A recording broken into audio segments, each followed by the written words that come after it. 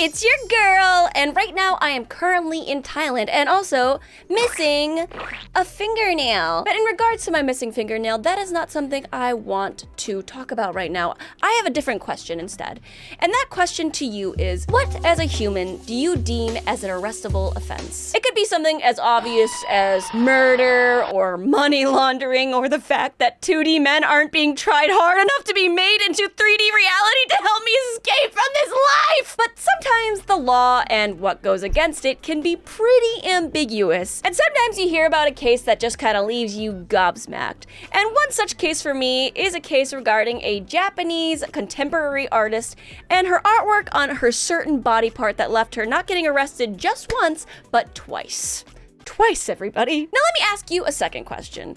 When you look at this is just something I picked up off the desk right now, and you had to compare it to any body part in this entire world, what body part would you compare it to? Maybe a little pee-pee? Now, when I pick up something like this, what does this look like to you?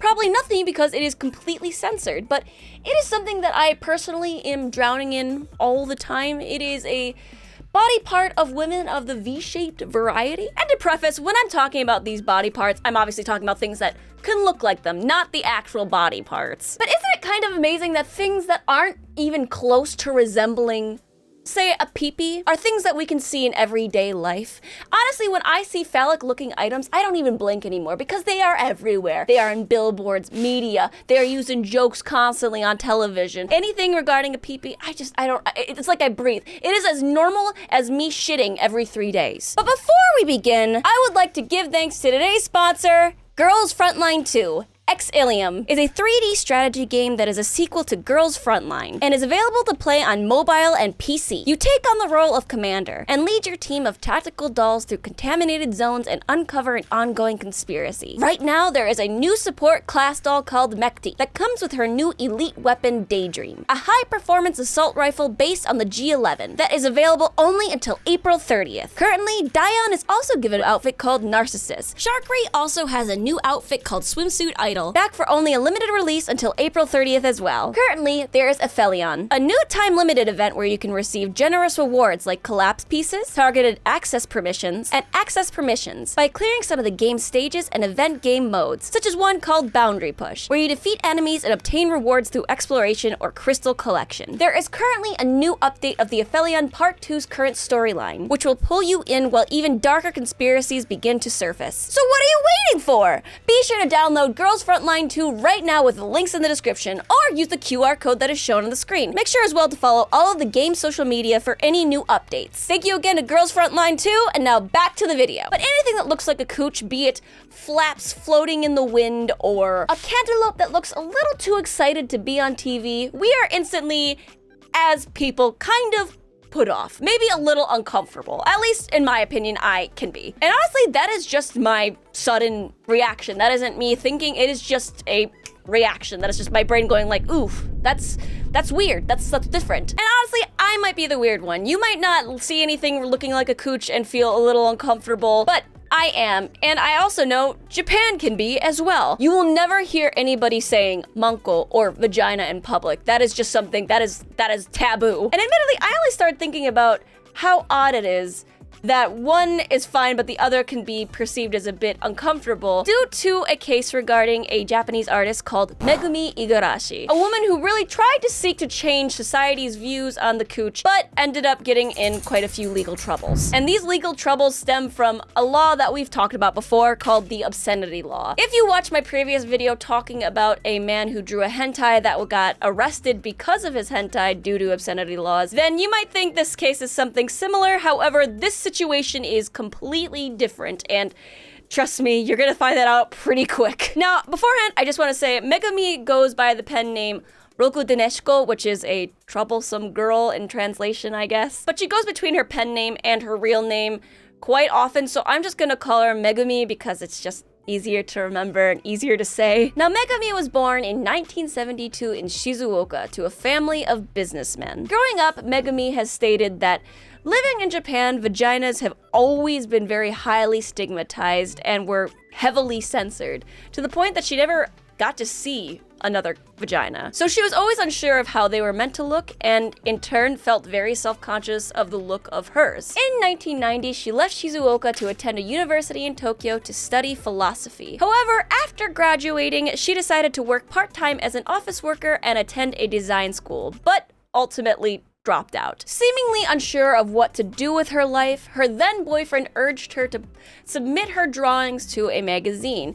as well as try to submit more to contests. After a few years of trying and non-stop submitting, in 1998, she was finally given an honorable mention to a Newcomers Award in Kodansha Kiss Newcomer. Now, my brother in Christ, I cannot, for the love of God, find any of her previous works. I cannot find any images of it. I can find some of them, but not really much. There's not much to show on screen, and I apologize for that, but no, I did try. I looked. But I can tell you about her previous works. They were fictional romantic comedies. And I most likely can't find them due to her upcoming controversies and her new artwork that we will obviously be getting into. Now, after finally getting this honorable mention at the Newcomers Award, Megumi was given plenty of chances to potentially get published. However, she really struggled with this. It was really hard for her to maintain popularity to remain serialized, and she just couldn't publish a book.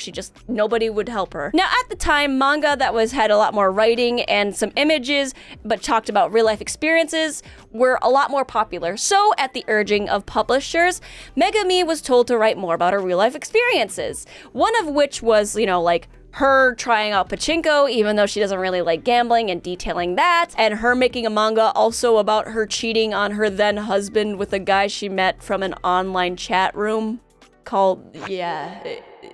She was really trying to write a variety of real-life experiences to just release to the public. And one of those experiences that she stumbled upon after looking into pubic hair salons, I do not know what that is, was a place that offered vaginal rejuvenation surgery. If you do not know what vaginal rejuvenation surgery is, it is essentially where a doctor can look at your cooch and potentially make the canal tighter. It can alter the appearance of your vulva, and it can also repair hymens. I'm not gonna lie to you, a lot of this sounds like a little bit of hell on earth to me. Can a cooch just not breathe and exist? And after talking about it with some of her publishers urged her to try vaginal rejuvenation surgery because it could make a good manga experience. Now, although Megumi before mentioned she was uncomfortable with potentially how her vagina looks, she didn't really feel a strong need to change it, but she wanted to do it for the content. She went with the option of a vulva that looks more of like what men would prefer.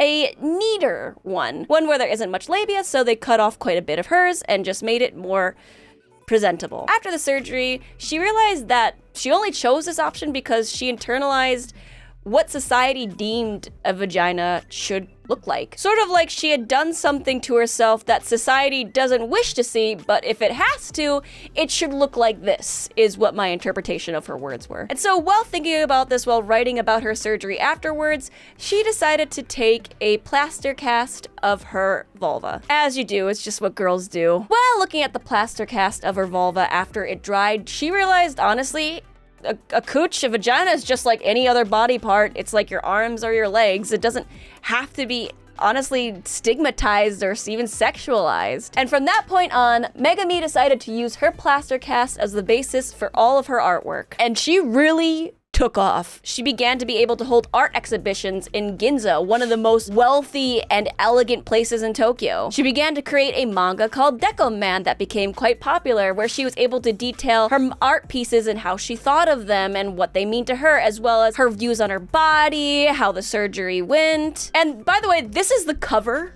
for that manga. It does not look like what it would be about, really, does it? She even made it to the preliminaries of the Seattle Erotic Art Festival. Everything was coming up Megumi. She ended up creating her own little mascot as well called Monko-chan. It feels so weird to say Monko because it is such a bad word in Japanese. You don't say that? And there was lamps, plushies. They even made a full suit of it. Megumi's cooch was shown everywhere. But sadly, not all that is gold can stay. While working on her next piece, Megami decided to start a crowdfund for her latest big idea, a 3D print kayak of her vagina. And she reached her crowdfunding goal. And on October 13th, 2013, a ceremony was held on Tama River where she took out the kayak that looks like this and just took it a ride, showed that it was not only durable, but also stylish. And while looking at the appearance of this kayak, it doesn't look too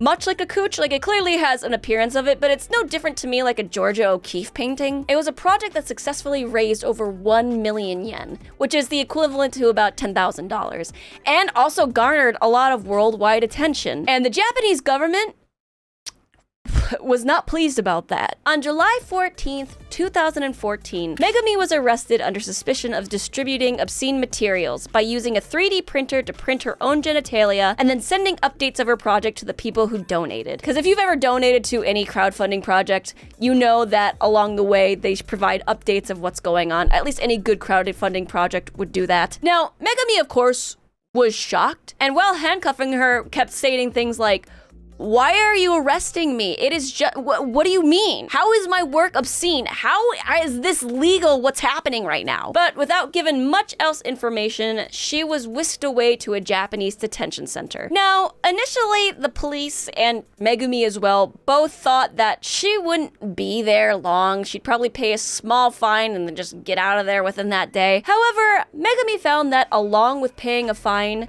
with the charges against her, she would not be allowed to make the artwork that she had been ever again anymore. And that just left Megumi floored. Because how is that fair? How is that possible? So she decided to fight the court on their decision. After a few days, she filed an appeal for release from the detention center and was let go. And thus began Megami's grueling fight against the Japanese court system.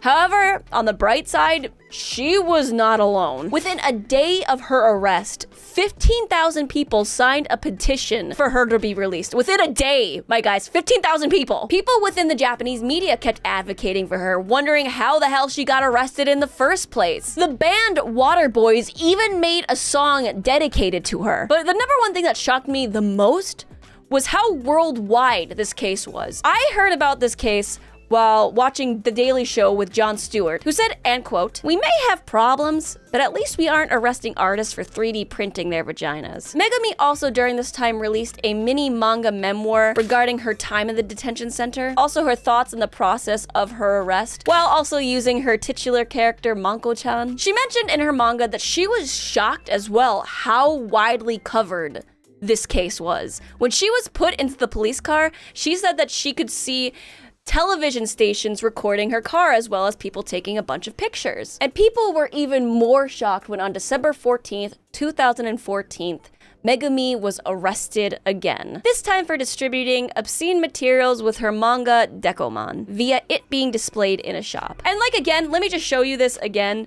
The manga cover looks like this. Now, Megami stated that she feels that the police really actually kind of just arrested her because they felt insulted due to her previous manga talking about her time in the detention center and sharing her real feelings about this and how ridiculous the police were. But either way, with this, she was now charged with 3 crimes: distributing obscene materials online, displaying obscene materials, and giving this material to people online. After her arrest, she was granted bail for 1.5 million yen, or $15,000, and was let go on December 26. Her first trial began April 15th, 2015, with the prosecution really shooting for her spending at least 2 years in jail and paying a 2.5 million yen fine, which is about $25,000.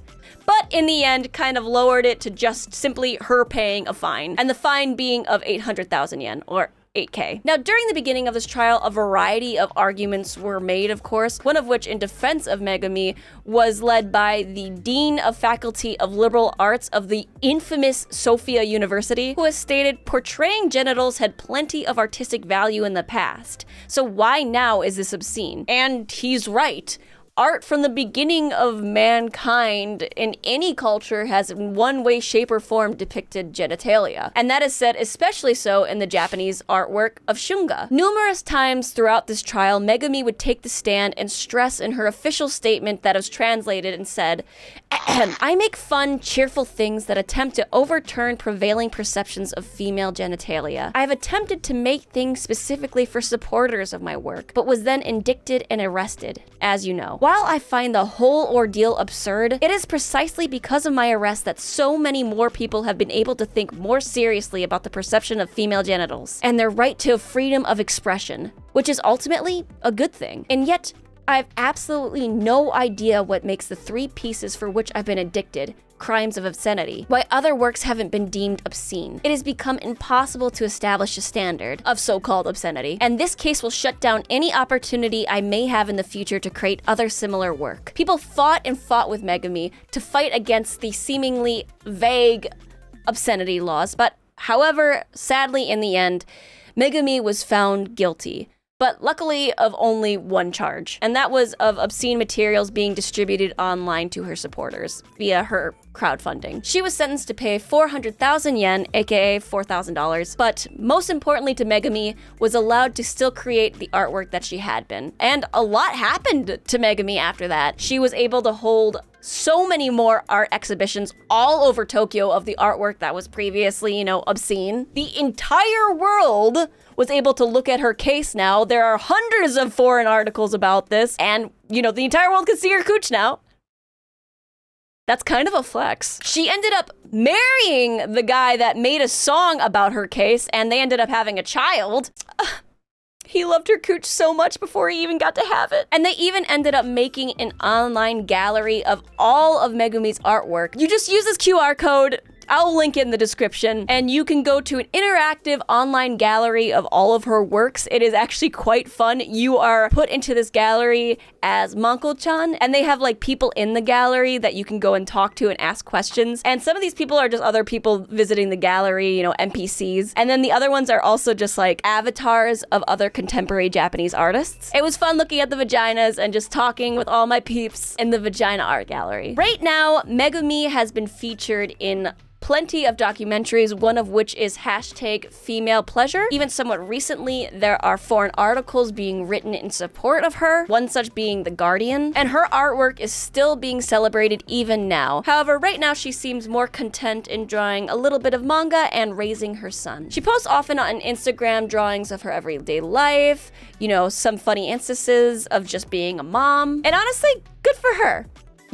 This seemed like a very heavy ordeal, but in the end, she came out better for it. I think maybe even society did. Because living in Japan, I will say, I found this case incredibly weird. For example, in Japan, there is a yearly festival called the Kanamara Matsuri, where wooden penises are sold and displayed everywhere. They're held on the arms of many men, and festivals meant to represent, fertility and all that. But honestly, there's a million penises getting displayed everywhere in all these storefronts, everywhere you look. How come that doesn't really count as obscenity? I mean, there's plenty of manga, books, artwork displayed everywhere depicting really sexual, expressions, and I'm wondering why isn't that? I could go into a shop nearby and just buy used panties, and I could leave that shop, walk even further down the street, go to a new shop, walk up the staircase, and on the wall of that staircase see plenty of porn posters of women spreading their cooch